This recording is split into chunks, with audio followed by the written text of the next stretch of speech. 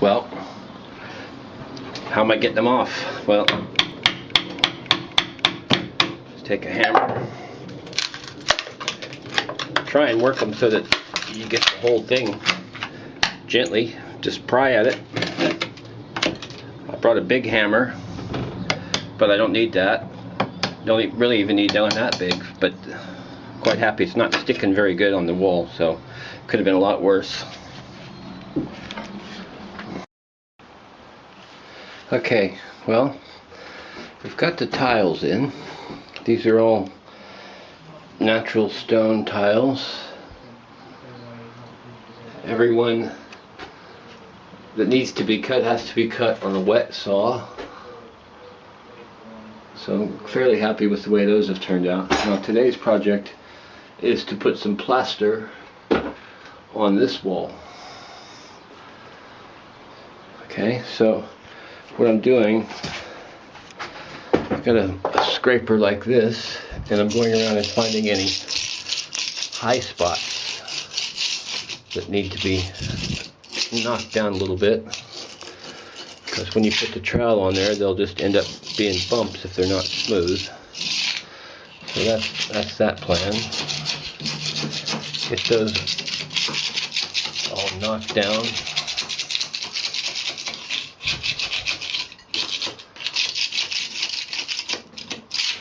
Now, okay, so that's what that was, but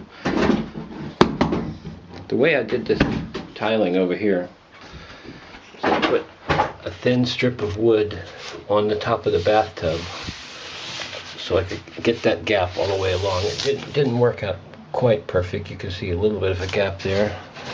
This corner was a little bit difficult because what I didn't realize was this wall on this side is leaning in, so I've had to cut at the top to give it a little bit of relief. This one it's a little bit thin, that one's a little bit fat down there, but at the end of the day I've got to stop somewhere. You want to try and keep those as level as possible. That one's sticking up a little bit, same with there. Use these tile spacers to keep the gaps right. When it gets done, you just pull those out or cut them out however you can. Get those out of there. Today I'm going to be doing, putting the plaster on here, and while that's drying, I'll start doing the grouting over here. And the big thing is to try and keep the bathtub from getting scratched with anything, so take a lot of time and make sure that's all covered up nicely. Then once I've got the wall smooth and that's dried, I'll be putting a vanity unit and a toilet, a LOO, whatever you want to call it, all built into one unit there.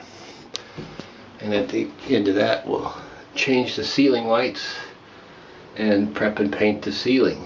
Then once the grout's dry, we'll put the shower unit in here. I've pre-drilled the hole where the shower is going to go through. That's one, so I just need to match the other one up on that side. So there we go. Carry on.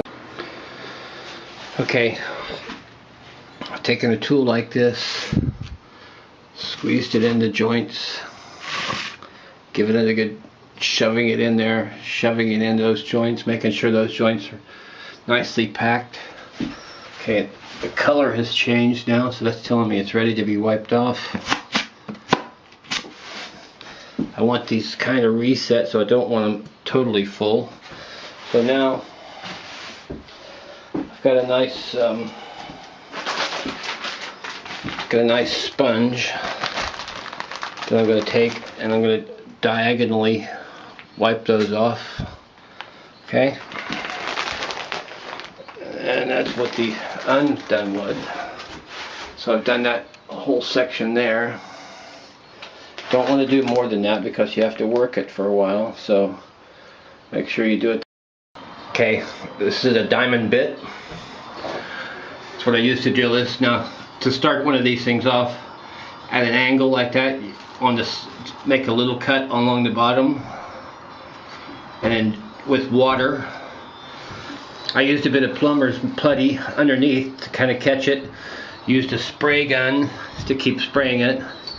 Now what happened with me was it got in there too far and it got stuck, so you got to be careful not to go too far. I still might have to do a bit with it, but that's the idea with that.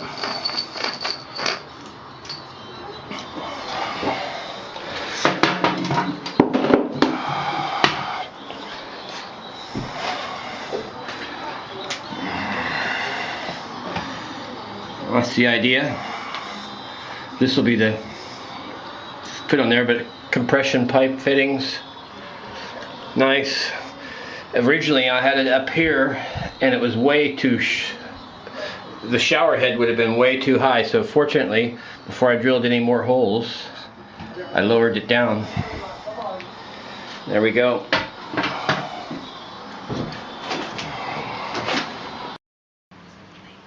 Okay, Bearwoodbrown here.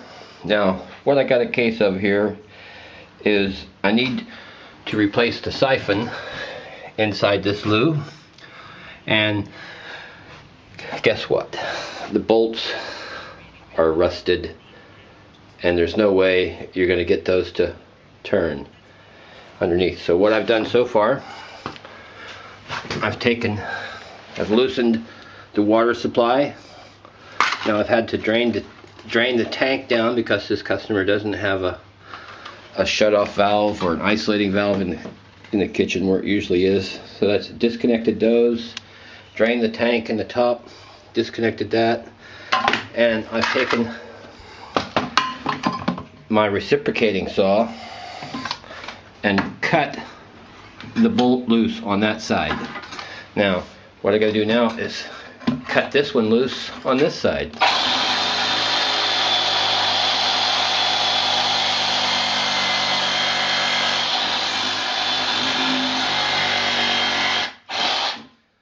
I'm not sure if the saw is long enough. It looks like it should be free, but it's not. So basically that's what you got to do if you have a saw like that, or if you have to any kind of saw blade, you know, a hacksaw blade that you can get in there and just cut those bolts loose, and you'll have to put a whole new clamp on there, but that's the way it is.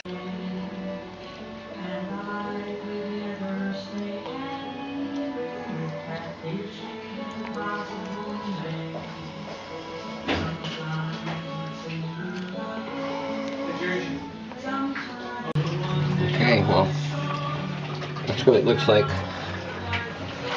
with the new Fluid Master dual flush valve, top, front, or side fitted flush button. Okay, there's the water coming through. Now I've had to drain the storage tank in the loft. What I don't like doing is I would have liked to have bunged up the holes, but so we've got some water coming through. I think I'll just let that run for a minute there. So that means it's to that point now. I'll turn that off. That brings the air up to here. Let that run for a minute. Okay, now we have water coming in, and the part that we always have trouble with is dripping. So what I got to do now is I'll give that a little bit of a tighten, and if that doesn't work, I have to turn the water off.